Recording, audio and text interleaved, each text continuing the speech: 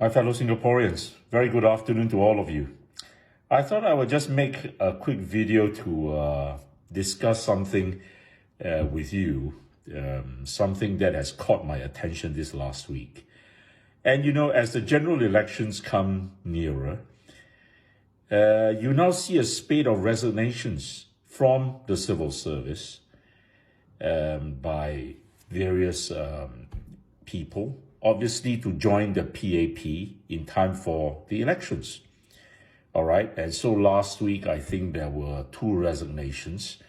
One of them was from the LTA, and the other lady, I'm not sure, maybe from the LTA or another agency or ministry. And then today, there was this lady who, was holding some position in some digital agency, I think within MDDI or the government, has resigned. And a short while ago, I read that the second permanent secretary for 2 ministries, this guy by the name of Jeffrey Xiao, has also resigned. All right? Now, ask yourselves, so isn't it sad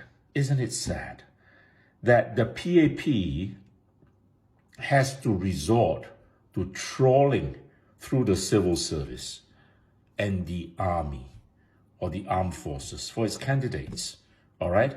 Otherwise, it takes them from NMPs who are supposed to be non-partisan, all right? But obviously, they are not so non-partisan because they're going to join the PAP, And where is all that talk about attracting people from business and the private sector? The PAP have shown a grave inability, all right, to spread its talent base and recruit from the private sector. But yet, it wants to peg political salaries to the highest earners, the top earners of the private sector. Ask yourselves whether that is justifiable. At the end of the day, we end up with a government that is made up of a slew of civil servants. Yeah, I mean, like it or not, they're just civil servants. Lawrence Wong was a civil servant, and I hate to say this. I mean, my father was a civil servant. Yeah, I mean, so I have great respect for civil servants. Don't get me wrong. But are civil servants the only class of people who should govern Singapore? My answer is no. And my answer definitely is, it is totally wrong for political salaries to be pegged to the top earners of the private sector. All right? We must let go of this idea that our political leaders must be paid the equivalent or, with salaries that are concomitant or somehow pegged to the private sector. That is the wrong idea. And that ideology has led us down a slippery slope and given us a ruling class that is totally out of touch with the common people.